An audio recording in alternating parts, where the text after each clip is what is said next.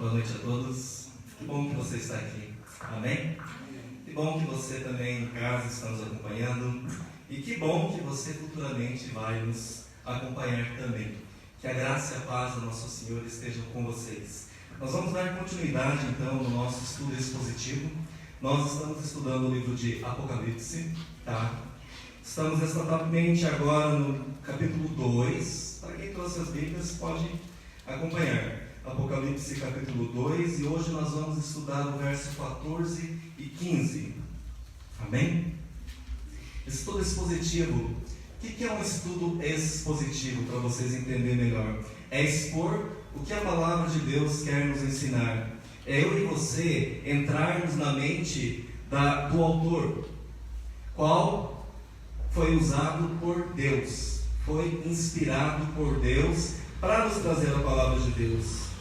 Então, quando nós estudamos a Bíblia, nós temos que entrar na mente do autor, entender o que ele estava vendo, o que ele estava acontecendo à volta dele, em que condições ele escreveu a carta, o que passava na mente dele e, principalmente, que contexto ele se encontrava. Isso é muito importante para mim e você entendermos, para trazermos a interpretação correta. Então, não é apenas nós trazermos a Bíblia aqui, abrirmos a Bíblia, lermos o versículo e traduzirmos literalmente o que a palavra diz. Não, nós temos que interpretar o sentido da palavra, entender o que Deus está falando conosco hoje, no tempo de hoje, não nos receptores primários, não na época deles, mas na nossa época, com o objetivo, sim, de conhecer, amar e praticar a palavra. Amém? Então assim diz a palavra do Senhor. No entanto, tenho contra você algumas coisas. Você tem aí pessoas que se apegam aos ensinos de Balaão, que ensinou Balaque a armar ciladas contra os israelitas, induzindo-os a comer alimentos sacrificados a ídolos e a praticar imoralidade sexual. De igual modo, você tem também os que se apegam aos ensinos dos nicolaítas. Amém? Vamos nos colocar de pé para quem está aqui. Se você em casa também quer se colocar de pé, problema nenhum. Amém? Obrigado, Senhor. Nós te agradecemos novamente pela oportunidade de nos encontrarmos aqui, reunidos como a tua igreja. Nos ajuda o teu povo aqui a realmente compreender o significado da tua palavra. Nos ajuda, Senhor, a principalmente praticá-la, Senhor, pois é difícil. Por isso entendemos que dependemos do Senhor para praticar a tua palavra e assim te agradar. Nós oramos em nome de Jesus. Amém. Amém? Pode sentar. Aqui é uma continuidade, tá?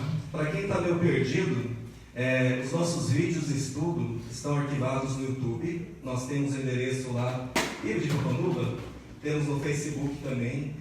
Se você não entender bem, você pode assistir de novo esse estudo, você pode voltar aos estudos anteriores e dar continuidade, amém? Mas em base do texto de hoje, com os 2 versículos, o título da mensagem de hoje é O Olhar de Cristo sobre a Igreja. Preste atenção, vocês que estão aqui, olhem para mim. Vocês estão me vendo, certo? Para quem não me conhece, me olha pela primeira vez. O que vê?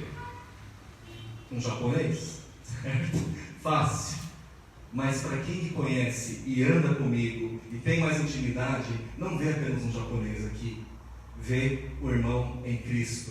Sabe das minhas qualidades, sabe dos meus defeitos. Principalmente a minha esposa. Além dela andar comigo, ela dorme comigo.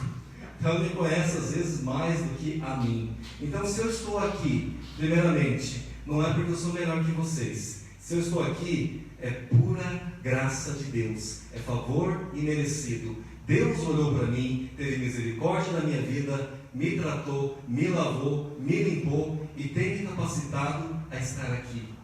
E isso vale para todos vocês. Mas nós, voltando ao estudo de hoje, nós vamos ver o olhar de Cristo sobre a igreja de Pérgamo.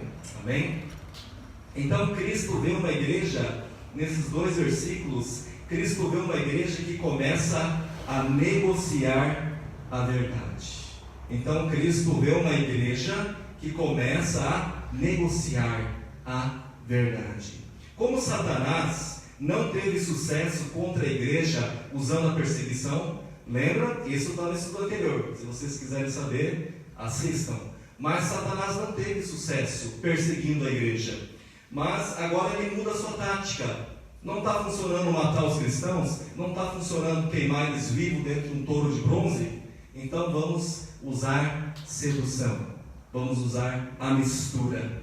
A proposta não é substituição, mas é a mistura. Trazer as coisas de ruim que tem lá fora para dentro da igreja.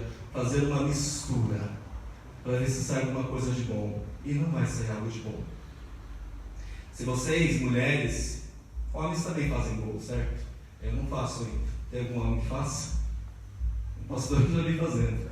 Tá, a Margarete dá uma receita de uma cuca de banana. Mas ele não encontra banana, vai colocar goiaba. Vai ficar do jeito que a Margarete passou? Ele começou a misturar coisas. A receita não vai sair certa. Nós temos a receita bíblica do que é ser uma igreja que agrada ao Senhor. Mas com o passar do tempo, as pessoas têm trazido misturas para dentro.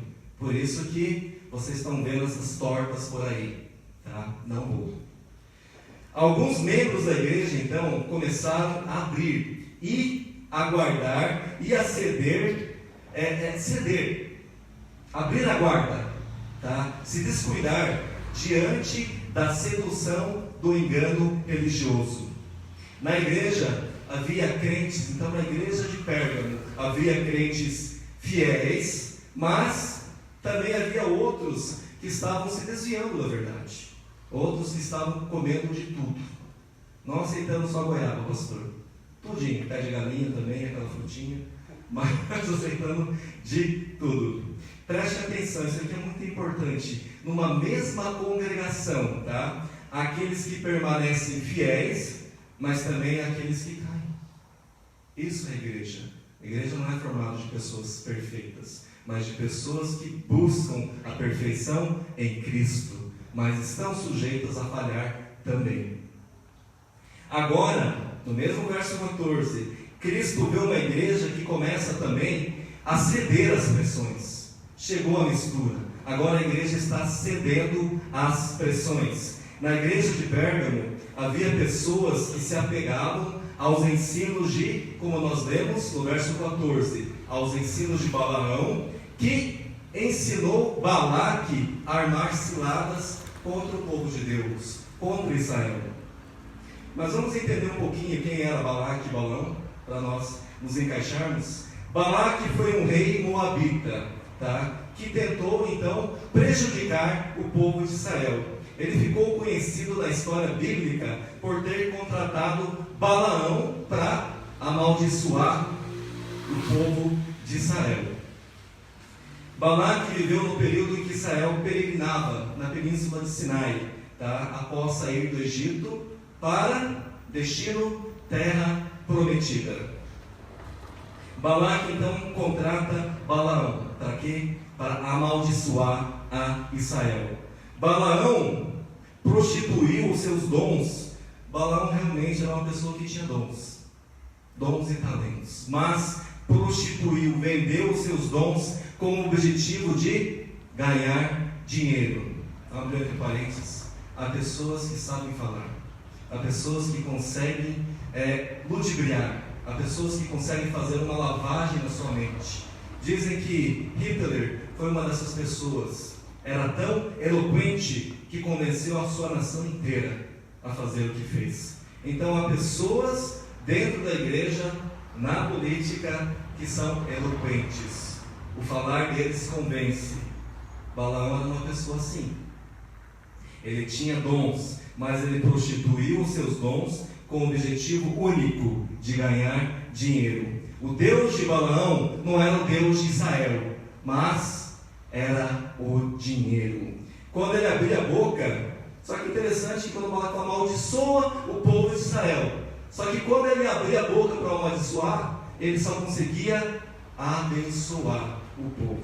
Então Balaque ficou muito bravo com Balaão. Digamos assim, Eu te contratei para você amaldiçoar, e você abençoa esse povo. O que você está fazendo? Tá? Balaão, então, por ganância, já que ele não consegue amaldiçoar o povo de Israel, então ele aconselhou Balaque a enfrentar o povo de Israel de uma outra maneira, não com um grande exército, mas com pequenas donzelas sedutoras, pequenas moças. Nosso tempo, prostitutas, moças novas, tudo em cima, bonitas. Use essas mocinhas. Mas qual era o motivo? Aconselhou então a mistura, preste atenção, aconselhou a mistura ou incitamento ao pecado. Vamos incitar esse povo a pecar. Aconselhou a infiltração, tá? Armar arapucas dentro do povo, no meio do povo. Assim os homens de Israel, eles fariam o quê? Participariam das suas festas idólatras e se entregariam à prostituição. Isso não agradava a quem? A Deus. O Deus Santo se encheria de ira contra eles. Em consequência, o povo ficaria fraco e vulnerável. Talvez essa seja a nossa realidade. Nós não temos perseguição religiosa, como na China. Por exemplo, lá ser cristão, você é condenado à morte, à prisão. Aqui nós temos liberdade. Aqui nós temos um panteão de religiões. Quantas religiões não tem? Mesmo no meio evangélico, quantos? Nós temos essa liberdade, então não tem essa perseguição, certo? O presidente não decretou que se você for cristão você vai ser preso, vai perder todos os seus bens, certo? Mas eu vejo uma outra realidade, como a realidade de Pérgamo: mistura e sedução. Preste atenção, diga para a pessoa ao teu lado. Vai, escolhe. Aqui está fácil. Henrique, escolhe alguém. Se quiser olhar para mim, diga: o pecado enfraquece a igreja. Quem é a igreja? É você. O pecado te enfraquece. O pecado te deixa fraco e vulnerável. Tá? Sempre que a igreja se mistura com o mundo e adota o seu estilo de vida, o que é o viver em Cristo, é mais um prédio, é mais uma casa irrelevante. O grande problema da igreja de Pérgamo é que enquanto alguns sustentavam a doutrina de Balaão, os demais membros da igreja, eles se calavam num silêncio estranho. Havia pessoas indo para o caminho errado, se misturando. Mas, digamos assim, desse lado, eu não vou me misturar, mas também está que nem aqueles 3 macaquinhos: não ouço, não vejo, não falo. Não faz nada. Não tem diferença nenhuma também. Era assim na igreja de Pérgamo. A infidelidade, então, ela se instalou dentro da igreja, com a adesão de uns se misturavam e outros só se conformavam. Talvez chegavam em casa e murmuravam, sabe? Está um culto aqui, aí o irmão vê que o outro está fazendo errado, a vida está torta, e chega em casa: está vendo o que aquele irmãozinho fez? Deus não se agrada. Aí passa a semana seguinte: paz, meu irmão.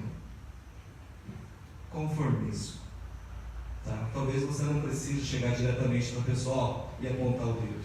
Talvez isso seja errado, mas você pode orar por essa pessoa. Em vez de você murmurar, você pode de joelhos no seu quarto: Senhor, tenha misericórdia por essa vida, Senhor. Não deixa ela no engano. Amém? A igreja então aqui tornou-se infiel. Em consequência da infidelidade e da omissão, agora o olhar de Cristo se torna o quê? Cristo vê uma igreja abaixar o seu nível moral. Cristo vê uma igreja abaixar o seu nível moral. No verso 15 diz isso: eles ensinavam que a liberdade de Cristo é a liberdade para o pecado. Preste atenção nos ensinamentos agora. Diziam: não estamos mais debaixo da tutela da lei. Eu congrego na Bíblia, mas não preciso seguir o que o pastor Zemar diz, tá? Faço o que eu quero, o que me der na telha.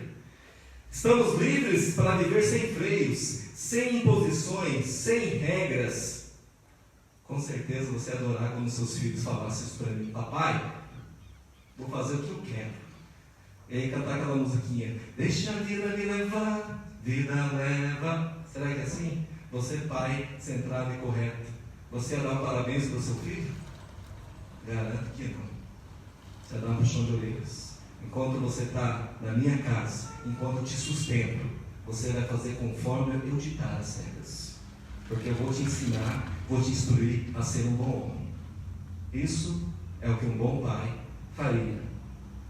Mas a igreja de Pérgamo estava assim, sem freios, sem imposição, sem regras. E essa imitação, preste atenção, imitação não é o que é verdadeiro, é falso, certo? Você paga barato e aquilo lá não dura nada, só tem dor de cabeça. Então essa imitação da verdade era para transformar a graça em licença para você pecar, para transformar a graça em imoralidade, para transformar a liberdade em Cristo em libertinagem. Liberdade totalmente diferente de libertinagem. Os nicolaítas ensinavam que o crente não precisa ser diferente. Querem saber mais sobre os nicolaítas? Lá nos estudos anteriores, tá? Para quem assistiu, amém. Para quem está curioso, só voltar aos estudos. Vocês vão saber, lá eu explico quem eram os nicolaítas. Mas os nicolaítas ensinavam então que o crente, o cristão, não precisa ser diferente. Quanto mais ele pecar, maior será a graça. Quer dizer, quanto mais fizer coisa errada, Deus vai me amar mais. Que ensinamento, que sabedoria terrena. Quanto mais ele se entregar aos apetites da carne, mais será a oportunidade do perdão. Quer dizer, quanto mais trair a minha esposa, mais ela vai me perdoar. É assim, amor? Acho que não, né? É assim, né? Se eu fizer. Então, se com minha esposa, ser humano, falho, debilitada, se eu ficar traindo ela, volte e meia, será que ela vai me amar mais? Lógico que não. Será que um Deus santo, que entregou seu único filho por mim e por você, quanto mais nós pecarmos, nós vamos estar agradando Ele? Não. Nós vamos falhar, mas Ele vai nos ajudar. Mas isso não dá licença agora para eu rodar a baiana por aí. Não, não. Os nicolaítas, então, eles faziam apologia ao pecado, defendiam o pecado, defendiam que os crentes precisavam ser iguais aos pagãos. O que é um pagão? Tá. De acordo com a Bíblia, o pagão é descrito como aquela pessoa que não adora ao Deus verdadeiro, mas sim falsos deuses, que ainda desviam pessoas do Deus verdadeiro. Você é um pagão? Não, mas tem pessoas pagãs, desviando muitos e muitos do Deus verdadeiro, seguindo a falsas doutrinas, falsos deuses, desviando pessoas da verdade. E eles ainda diziam: vocês têm que se conformar com o mundo, vocês têm que pecar, não importa, Deus é amor. Você ouve muito por aí, as pessoas só falam que Deus é amor. Deus é amor, Deus é amor. Isso é um atributo, mas outro atributo também, que Deus é santo, e por ser santo, Ele não tolera o pecado. Engraçado, o ensinamento que eles traziam: se conforme com o mundo, totalmente diferente do que a Bíblia nos ensina, lá em Romanos capítulo 12, verso 2. O apóstolo Paulo, inspirado por Deus, então nos traz o ensinamento correto. Romanos capítulo 12, verso 2 diz assim: e não vivam conforme os padrões deste mundo, mas deixem que Deus os transforme pela renovação da mente, para que possam experimentar qual é a boa, agradável e perfeita vontade de Deus. Como é que você vai renovar a mente se você só enche ela de porcaria? Como é que você vai renovar a mente se você gasta horas e horas em mídia, notícias, você está enturmado com pessoas que fofocam e fazem o mal? Se você não gasta tempo meditando na palavra de Deus, se você não gasta tempo com pessoas que realmente buscam fazer o que é correto aos olhos das pessoas e aos olhos de Deus, vai ser impossível. Você é o que você come, certo? Então você vai ser, a sua conduta vai ser o que você está aqui, ó. Se você está aqui, então parabenizo você. Que bom que você está aqui comigo. Juntos nós estamos renovando a nossa mente agora para fazer o que é agradável ao Senhor. E é por esta razão que o mesmo texto nos diz que Cristo, Ele odeia a obra dos nicolaítas. Aí diz: nossa, Ed, você está sendo duro. Nossa, a palavra odeia é muito forte, mas eu sou apenas um simples intérprete. Quem está dizendo aqui que odeia as obras dos nicolaítas é Cristo. É aquele a qual você deve a vida. É aquele a qual você diz: meu único Senhor e Salvador. Ele odeia a obra dos nicolaítas. Ele não odeia os nicolaítas, as pessoas, mas odeia a prática. Então, se eu começar a fazer o que é errado, Cristo vai odiar as minhas obras erradas. Mas Ele tem o desejo de me salvar. E você? Tem o desejo de se entregar a Ele? O que era odiado em Éfeso era tolerado em Pérgamo.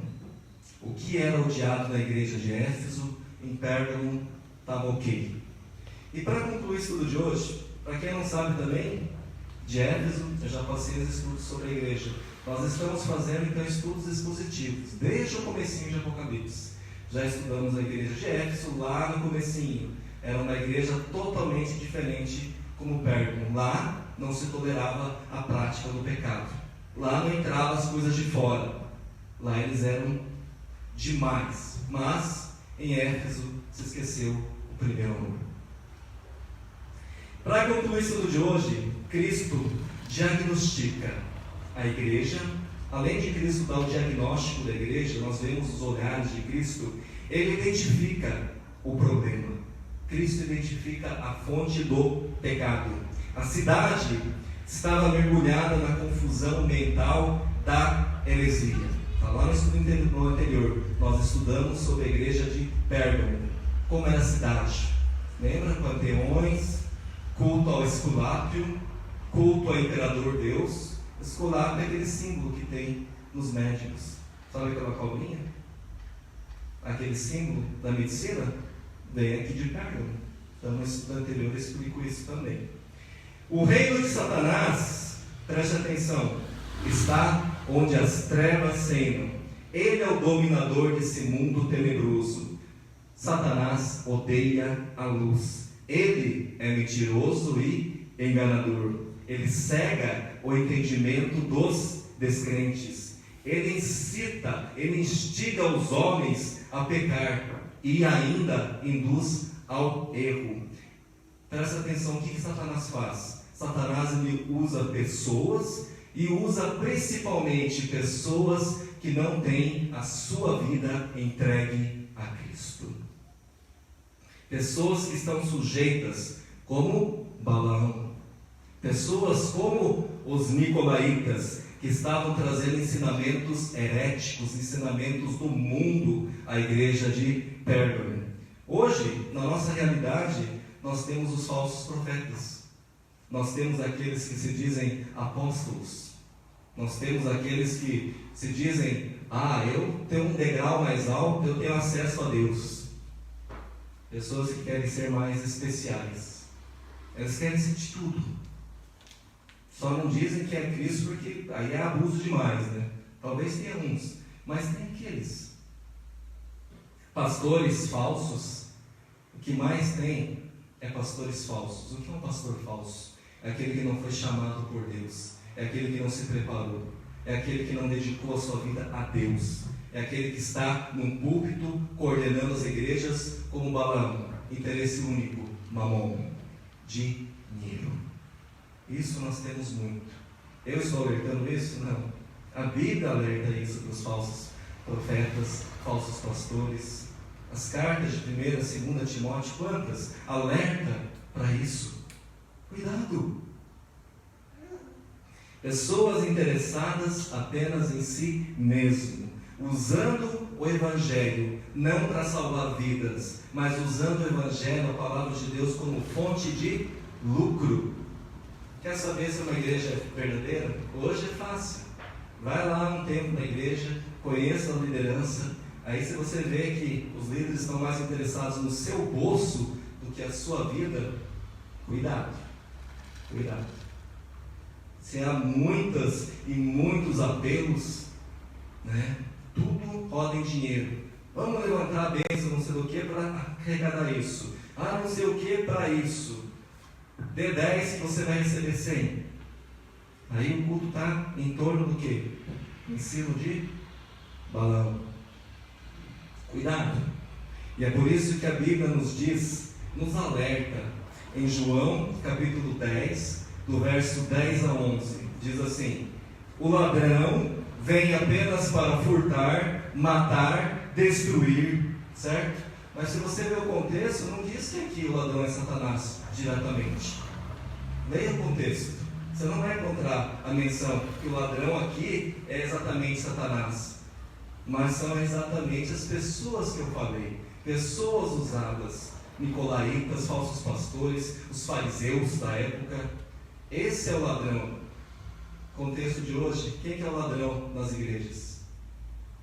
Pessoas que estão na liderança, pessoas engajadas, mas que estão sendo o quê? Instrumentos de Satanás, para desviar você da verdadeira fé, para te afastar de Deus, trazendo ensinamentos dos nicolaítas. E o que Cristo diz? Odeio as obras dos nicolaítas. Então o ladrão vem apenas para furtar, matar e destruir. Mas eu vim para que tenham vida e a tenham plenamente. Cristo diz: eu sou o bom pastor. O bom pastor dá a sua vida pelas ovelhas. O verdadeiro pastor, chamado por Deus, preparado por Deus, é aquele que dedica seu ministério à igreja.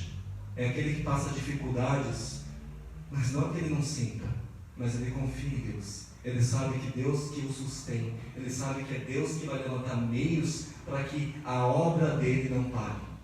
Mas muitas vezes o verdadeiro pastor, ele passa por escassez, passa por perseguições, passa por dificuldades, mas se mantém firme, porque é Deus que está na frente dele. Não é o homem, mas é Deus que está guardando e o preparando. E vamos orar para que Deus nos guarde deste mal. Todos nós estamos sujeitos a isso. Eu estou sujeito.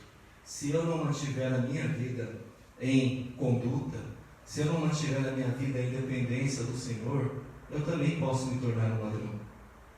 Satanás pode usar a minha vida para trazer engano. Talvez não para roubar vocês, aí já não é do meu caráter. Mas se eu não estiver em comunhão com Deus, Ele pode me trazer ao engano. Ele pode me fazer pecar, para que as pessoas fiquem aterrorizadas. Olha, aquele lá que pregava na Bíblia fez isso. E aí é o nome de Deus que vai para a lama. Por isso que na oração do Pai Nosso, Deus nos diz: santificado seja o vosso nome. Como é que nós vamos santificar o nome de Deus se Deus é santo? Nós vamos santificar o nome de Deus através do nosso testemunho, da nossa conduta. É assim que tem que ser. Amém, pastor? E que Deus nos dê sabedoria, irmãos. E a sabedoria tem que ser do alto, não terrena, para discernirmos sempre. Discernir o que é correto do que é ético. Tá? Mas a dica da igreja correta é fácil, né? Isso é bem visível. A igreja verdadeira, ela se preocupa com vidas, não com mamão. Amém? Amém, amados. Vamos, nesse momento, estar orando, agradecendo a Deus pela palavra que Ele tem nos dado essa noite através do nosso irmão Edson. Sabemos que a palavra de Deus, ela atinge o alvo do qual é necessário. Então não fique pensando e talvez dizendo: ai, que bom se fulano estivesse ouvindo, talvez na sua casa ou aqui no templo, né? Se você ouviu a palavra para você, para cada um de nós.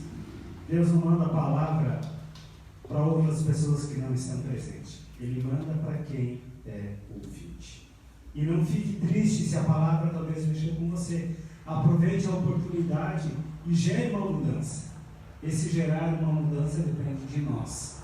Tantas pessoas estão sendo iludidas ou estão sendo prostituídas por líderes falsos, enganadores. E nós temos que ter o foco em Cristo. Esquecer que homens falham, mas Deus jamais falhou. Quero estar orando por cada um que está aqui, pelos amados também que estão nos seus lares, pedindo a Deus que Ele possa continuar trabalhando na nossa vida de uma forma muito especial. Pai, em nome de Jesus, nós somos gratos a Ti por mais esse momento especial, essa palavra, Senhor, que com certeza ela trouxe algo novo na vida de cada um de nós. Sabemos, Senhor, que a Tua palavra é verdadeira, ela é fiel, mas ela é como uma espada de 2 gumes, que ela entra, vai dilacerando, ela vai entrando no mais profundo sentimento do ser humano. Eu sei, Senhor, que Tu se faz presente na vida de cada um de nós, e essa comunhão que vivemos é a comunhão que nos leva para mais próximo do Pai. Temos que nos preocupar, Senhor, com a verdadeira palavra, não com doutrinas, costumes de homens, mas sim com o que a palavra de Deus está nos orientando. Olhar para a interpretação, o que Deus quer falar, não o que o homem muitas vezes tem usado para tentar nos aprisionar a uma doutrina que não vem do Senhor. Nessa noite, Pai, eu tenho certeza que Tu mexeu com muitas pessoas, porque a palavra é sua e é verdadeira, e ela jamais volta vazia. Que esse local onde ela foi de encontro, ela possa estar transformando, mudando os sentimentos. Também, Pai, quero orar por cada pessoa que está passando por alguma dificuldade na sua casa, na sua família, no seu trabalho, no seu dia a dia. Eu peço, Senhor, que Tu entre com a Tua providência miraculosa, Pai. Que o verdadeiro milagre possa acontecer na vida de cada um. Que essas pessoas que estão clamando, Senhor, Tu sabe qual é o desejo mais profundo do sentimento. Então, Senhor, realiza a Sua vontade na nossa vida. Nós clamamos porque pedimos, a Tua palavra nos orienta que tudo que pedimos em Teu nome, crendo, receberemos. Mas com certeza, Pai, pedir no Teu nome tem que ser conforme a Sua vontade. A nossa vontade, o nosso coração, muitas vezes, ele nos engana. Mas a Tua palavra, quando ela é verdadeira em nós, ela faz com que possa mover céus e terra, para que a gente seja abençoado. Por isso, Pai, nesta noite, abençoe cada um. Que o Teu Santo Espírito esteja santificando aqueles corações atribulados, aqueles corações que estão sofrendo pela perda de um familiar, por desgostos, por rompimentos. Tu sabe, Pai, Tu conhece cada um, mas eu clamo, Senhor, com a autoridade que Tu nos concede de ministro da Tua palavra. Eu abençoo a vida de todos, em nome de Jesus. Amém. Que Deus abençoe você e a tua família. Lembrando que quinta-feira, às 20 horas também, nós temos a nossa live do culto do lar. E no domingo pela manhã, novamente, às 9h30 da manhã, nós temos o nosso culto da família. Você é nosso convidado. Deus abençoe a todos.